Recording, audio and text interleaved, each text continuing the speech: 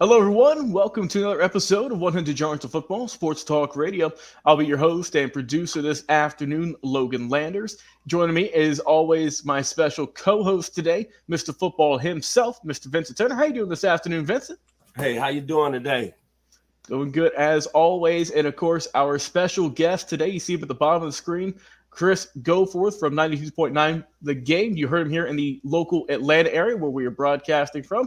Mr. Goforth, pleasure to have you back on the program, sir. How you been? Doing good, guys. Doing good. Been been an interesting couple of months to follow the Falcons. So it's always good to be able to hang with you guys for a little while and chop it up.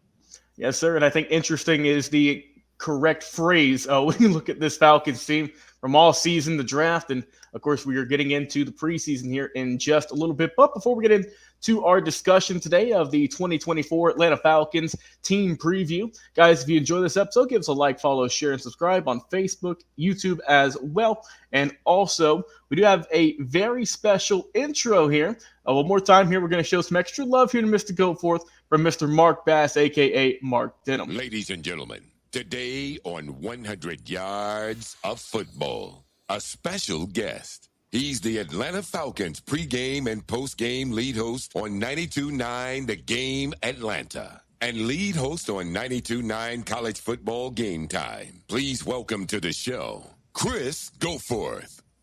Ladies and gentlemen. Wow, guys. I mean, that's an intro there. I thought I did a pretty good job, but I mean, as we know, Vincent, Mr. Bass has got that those angelic pipes, that good radio voice, as we like to say. But let's get into it, though. So, Chris, obviously, you just mentioned the Falcons had a very, very interesting offseason. Of course, we have about 4 years, about 180 million reasons to discuss this. So, what were your initial reactions whenever the Falcons went out, obviously got rid of Desmond Ridder and brought in Kirk Cousins to lead the team here? Expected, right? I mean, I felt like that was kind of – you go back over the last 3 years. Let's go back to Matt Ryan's final year. What was the problem with that team that year? It wasn't so much quarterback play, although I don't think there was a lot of doubt even at that point that maybe Matt was kind of maybe the skills were kind of slowing down a little bit from where they had been with him. The big problem that year was the offensive line. And I think the Falcons have done a really nice job over the last couple of years of drafting, developing, and building an offensive line that, you go throughout the course of last year, most people considered that offensive line one of the best, if not the best in the NFC. I think Pro Football Focus through most of last year had them rated top 5, top 10 offensive line in the NFL. They've solved that problem. Now, the last couple of years, it was quarterback play. Matt Ryan leaves. We know what happened with Marcus Mariota. That was not pretty to watch. Desmond Ridder not able to hold on to the football. He wanted to turn it over too much. So, for me, the idea that, and look, we talked about this a little bit, on air, certainly at 92.9, going back to last season. You knew there was something was going to have to give at quarterback. That has been the position that it really felt like was holding this team back. They had to go address it. Kirk Cousins was the best opportunity and the best choice that the Falcons had to be able to make there, and that's what they did. They went out and they got the the guy that is, I think, the best choice for them moving forward. Forever, how long he ends up staying here. All right, yes, sir. And Mr. Turner, I know you've been chomping at the bits. You've been waiting for these questions here since we got this interview locked in. So, sir, I will give you the football now, give you the rock, and go ahead and ask Mr. Goforth whatever questions you got up in your mind. How you doing, Christopher? Doing great, man. Doing great. Hey, man, we're from a great state. You're from the eastern part, I'm from the western part. So we're very truthful people in the state of Tennessee. So, man, Chris, I'm going to ask you very seriously. When the Falcons signed Kirk Cousins, what was your first reaction? You personally.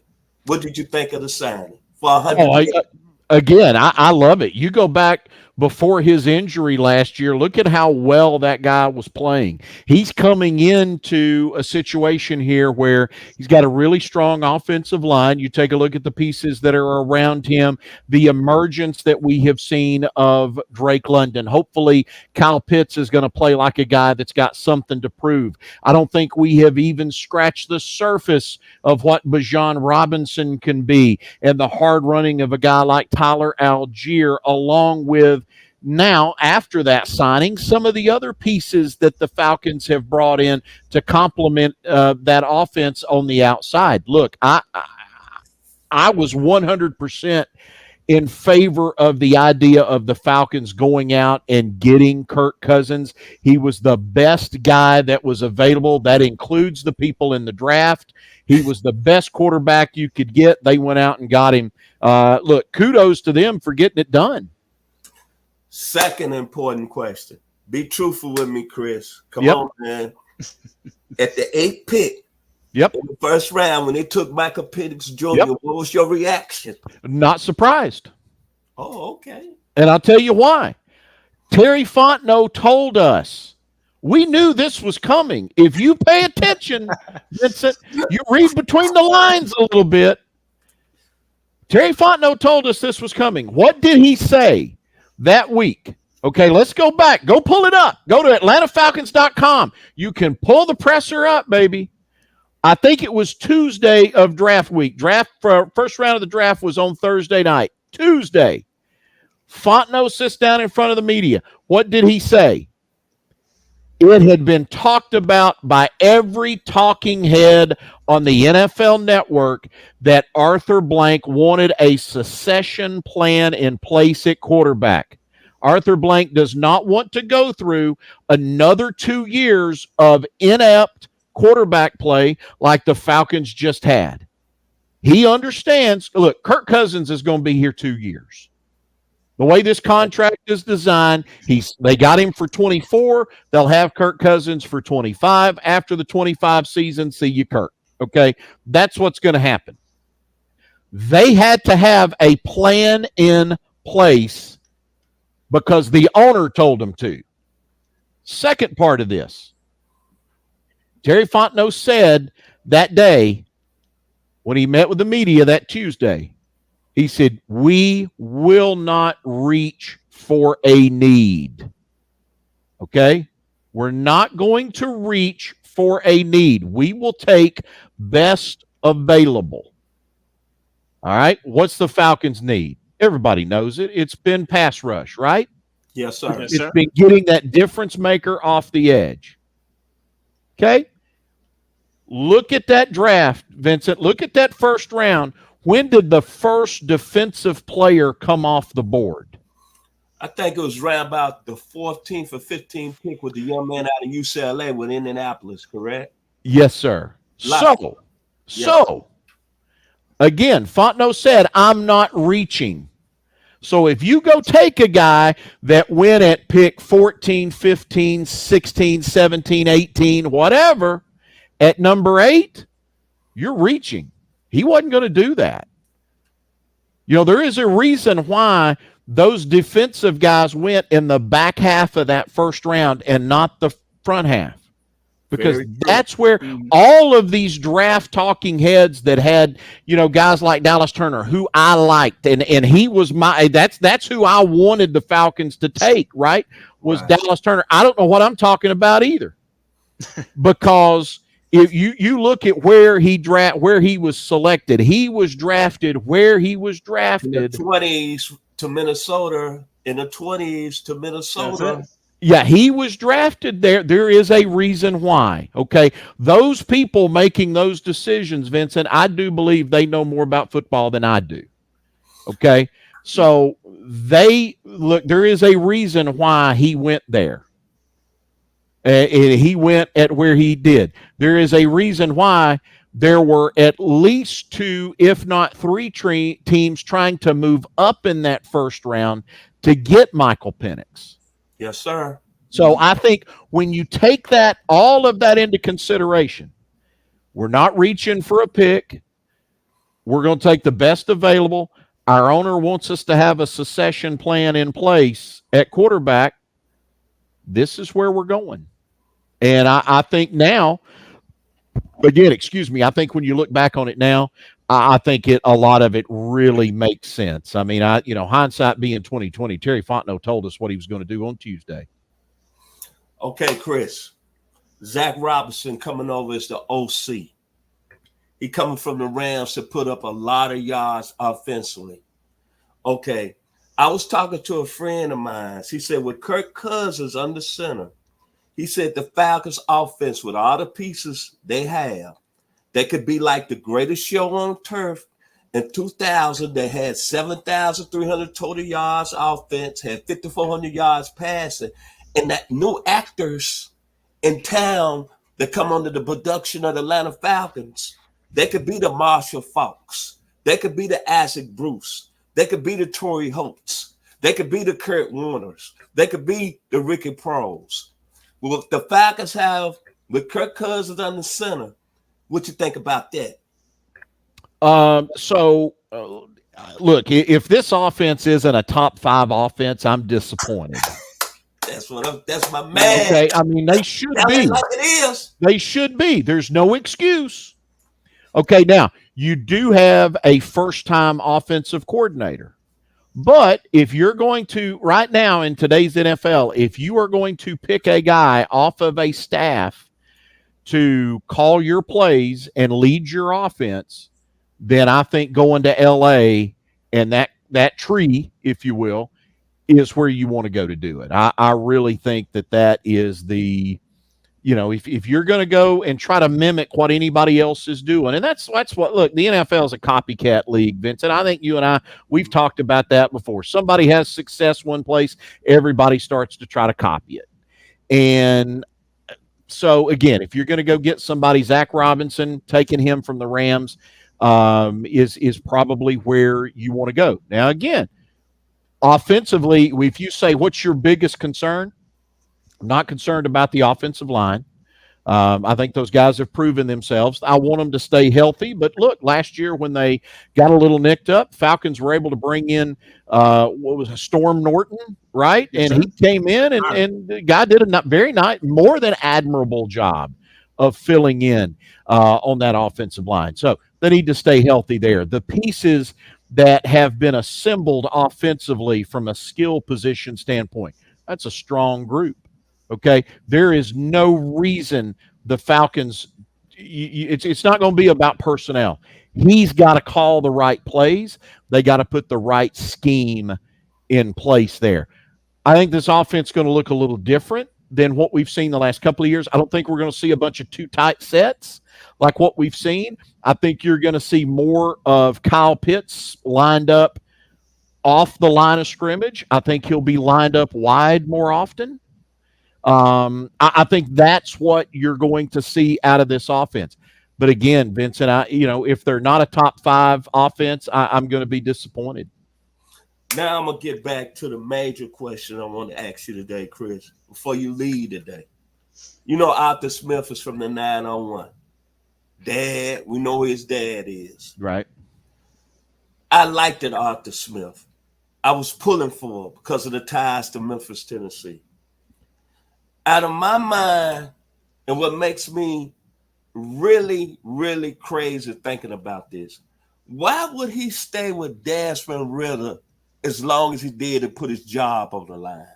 Because as you just mentioned, it was all about quarterback. But what was his just stubbornness or either just his ability to stay with him when there was other quarterbacks during his tenure that was there? Why would he put all his marbles in a 3rd round pick out of Cincinnati? Why would he do that? That was the only thing separating them from being a playoff team. And Desmond Ridder cost them at least 3 games. Yeah. Chris. Yeah. And I want to ask another question. What type of person really was Arthur Smith? Is all the rumors, was he a hard guy to get along with? I'm going to leave it to you. You got the floor. All right, so a couple of things here. Let's go why first. I think the idea that he had was, hey, if we tie up a bunch of money in a quarterback, we're not going to have room to be able to add other pieces that we want to have. We're going to have a young roster, one that's built for the long run, right? And I think there is something about all these coaches, and Arthur Smith's not the only one that kind of has this mindset. I can fix it. Yeah, he's got some problems. Yeah, he turns the ball over a little too much. I can fix that. I can fix that. You know, these coaches, a lot of them are like the wife and she marries the guy and she's going to change him. You know, your wife probably did that to you, Vincent. She thought, I'm going to change this joker. I'm going to have him. He's going to be taking out the trash. He's going to fix stuff around the house. He's going to be doing laundry. Well, guess what? You're on here talking football with me. She didn't change you, and it's the same way with a lot of these coaches. They think I can fix this guy. I can fix this guy. I can, and it's ego. And in essence, they can't fix those guys. Desmond Ridder is who he is. Yes, it's not going to change. Marcus Mariota is not suddenly going to, that noodle of an arm of his is not suddenly going to improve. It is what it is. So you have to then, and I think that's part of what Arthur Smith did. I think we saw it last year a lot from him. Rather than try to coach to Desmond Ridder's strengths, I think he tried to coach around his ineffectiveness. Mm-hmm. It started to affect how you call plays. It started to affect, what you do in certain situations. I think Arthur Smith put every bit of the faith and every bit of the belief into Desmond Ridder to do it. I think at the end of the day, and I'm not saying Desmond Ridder's not smart. Maybe the light will switch for him someplace else. But I saw a quarterback that could not take a snap, process the information, and deliver the ball where it needed to go in an appropriate amount of time in the National Football League. Amen. Yes, sir. I mean, that to me, that's what it all was. It's, you've got, 2.5 seconds, or, if you're lucky with a good offensive line, maybe you get 3 seconds, 1 Mississippi, 2 Mississippi, 3 Mississippi, get rid of the ball. He couldn't do that. He couldn't process it and make the correct decision on where to go with the ball in time. Arthur Smith as a person. It was never around him enough to really be able to say, what he really was, or wasn't. Was he hard to work with? Was he not hard? I don't know. Seemed like a lot of the guys that were there, I never heard that. I never heard that guys didn't like coaching with him. Did not like that. Never heard that guys didn't like playing for him. So I really don't have a whole lot to be able to add in that situation. He could be a little surly sometimes with the media. I just think that's kind of his personality, and I say it all the time. There's nobody more paranoid than football coaches. And I think maybe some of that was just him wanting to try to hold and keep everything tight to the vest. Is he going to be motivated when he come back the first game as OC with Pittsburgh? I would think he would feel like he's going to have something to prove. Got a chip on the shoulder. Yeah, I would. I certainly would. And all for a couple of reasons. Logan talks about having the chip on the shoulder. Sure.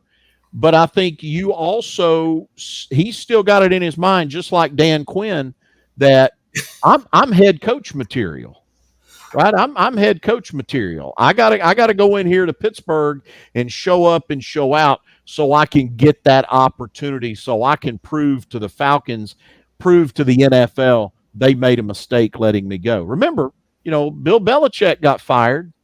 That's true. So. And I'm not comparing, Arthur Smith to Bill Belichick. Don't come at me on Twitter just yet with that. But again, I'm saying he's got to have but he maybe has to change his philosophy a little bit too in regards to how he handles things as a head coach. I would be interested in knowing if you could really give Arthur Smith some truth serum, Vince, and ask him, was it a mistake for you not to hire an offensive coordinator? Would he really say, would he tell you the truth and say, you know what, that was wrong for me to try to do both. I should have had a play caller there to help me. Maybe he still has a job. I don't know. Yes, sir. Mr. Landers? Yes, sir. My final question for you, Mr. Goforth. How do you see the season shaking out for Atlanta? Obviously, we mentioned they come out hot with Pittsburgh. Of course, we got Philadelphia, Kansas City, really heavy hitters early on. It gets a little bit easier later on, middle into the schedule, going into obviously the later half. But how do you think this Falcons seasons go overall? Do you think this is a team that could get multiple 10-digit wins, or maybe could get the championship out there in the NFC? And what do you think?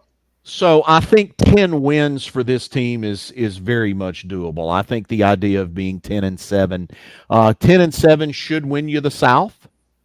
So I think a playoff team for the Falcons, that should be the expectations this year.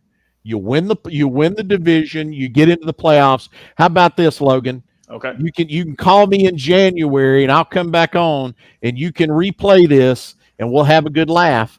But I think the Falcons win a playoff game. Okay? Division champs win a playoff game. That's where I think this team should be. Anything less than that to me is a disappointment. Anything greater than that, I mean, I'm super excited at that point, right? You win 2 playoff games and you're in the NFC Championship game or whatever. You know, we're gonna get on here and have a big party at that point. But just winning the division and getting into the playoffs, I think that's the next step for this team. I don't look at this Falcons roster yet and say this is on par with, say, San Francisco or Kansas City as a team that can win a Super Bowl. But I think this is a Falcons roster that's good enough to win that division. Vegas agrees. They're the betting favorite. And I think they're good enough to be able to win a playoff game. They'll host. We'll get a playoff game at Mercedes-Benz, and I think they win a playoff game. So, all right, I will mark that down on my calendar for sure. Come January, I'll hit you back up. Go ahead. Just get the eggs ready to throw, and I'll be back. All right. All right, sounds like a plan. Well, we'll see how this Falcons season shakes out. If they will win the NFC South, win a playoff game, be a top 5 offense, and of course, it's going to be a fun season as always. Mr. Goforth, Chris Goforth, we appreciate you so much, sir, for coming on the program once again and talking some Atlanta Falcons football. It's always a pleasure, sir. Always, man. Always great to be with you guys. Yes, sir. And, of course, Mr. Football, Vincent Turner, tremendous job today representing the 901, as always, in style. I've been your host and producer, Logan Landers. Guys, once again, if you enjoyed this interview, give us a like, follow, share, and subscribe. Until next time, we'll talk to you again on another